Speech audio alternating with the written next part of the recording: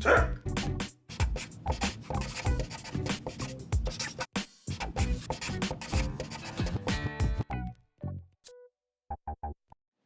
when you receive your WRAITH Aero, these are basically the parts that you're going to get. Have your tank cover, the stock base, the regulator, hardpoint adapter, and then a toolkit that has a couple fittings, your adjustment Allen wrench, as well as some O-rings, which we don't have pictured here. The first step in doing this installation is to install the hardpoint adapter.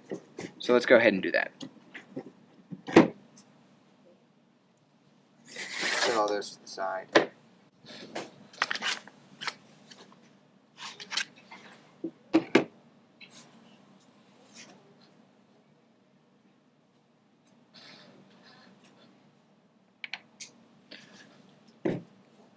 The next step is going to be to remove the stock buffer tube and to install the Aero parts. Now, in this case we already have a WRAITH CO2 on this gun, but it works exactly the same way. You're going to need an armorer's wrench,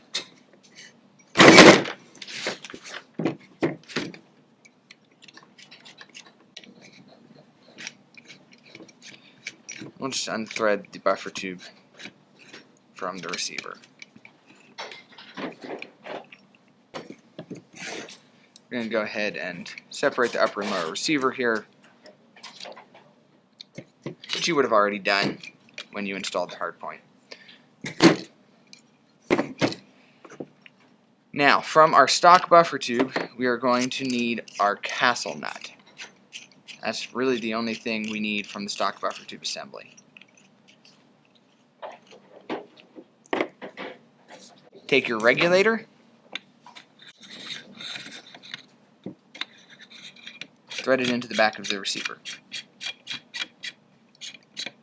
Now we want to thread it in as far as we can without protruding past the end here, and so that your notch, your slot on the bottom of the regulator faces the bottom. Next we're going to reinstall the detent and spring if those came out while you were working on the gun. Now we're going to take the base. Notice there is a tab that lines up with the slot on the bottom of the regulator. And we're just going to slide that over, pressing the spring for the detent, the body pin detent, down into the body of the gun, making sure that we don't bend it. Now we're going to take our castle nut, slide that over the regulator, and thread that on to the gun. Now, once we have snugged up the castle nut, we're going to want to set it. You can't very well use the armorer's wrench on this just because of the body here. But what we're going to do is we're going to take a punch, or in this case we're just using an Allen key, and we're going to set it in the notch, and we're just going to drive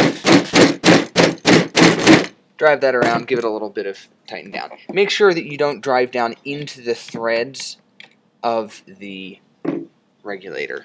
Okay, so that should be good and snug now. And at this point, we're really installed. All we've got to do is pop our pins. We recommend from time to time putting a little bit of lubricant on the hardpoint adapter at the back there. Slide everything together. Good to go. Let's talk just quickly about the stock here. How this works is there is a button on the bottom which releases the stock. Okay. This is done for a couple reasons. One, if you're using an external airline rather than a tank here, it allows you to use this as a multi-position collapsible stock. So you can actually run an ASA adapter on the back of the regulator here, run a remote line to a tank, and run this as a collapsible stock if you so choose. But in addition, it lets us keep the design more streamlined, because in order to install the tank, you can just push the button, pull the stock out. Then we'll take the tank, thread it in, take your stock, slide it back on. Now, let's talk about tanks real quickly. If you want to use the tank cover, you are going to need to use a tank that has a rotatable collar for the threads, like this Ninja does. What we can do is we can loosen up the screws that hold it in place. You can actually install it like this, then loosen those screws that hold it in place, and then you would be able to rotate it until your gauge is on the top surface. Because what we want is we want it rotated like this, so when the tank cover goes on, your gauge shows up right like that, goes through this opening. Okay, so that's what we're going for here. If you don't particularly care about the tank cover, then most any tank will work. You will just end up rotated at different positions, and you will almost certainly be able to find a position such that you don't run into the legs here with either the gauge or the fitting. We've never really had any trouble with that, but do keep in mind, if you want to use the tank cover, you will want a type of tank that has an indexable collar there. So, tournament lock is the sliding collar here, just like a standard storm regulator. In order to adjust the pressure, you're going to slide it up. Use an Allen key. Counterclockwise increases the pressure. Clockwise decreases the pressure. Once you're chronoed where you need to be, slide the collar down, and you can put a zip tie around this area. Do note that in order to install the tank cover, you will want this slid down. And it all snaps together.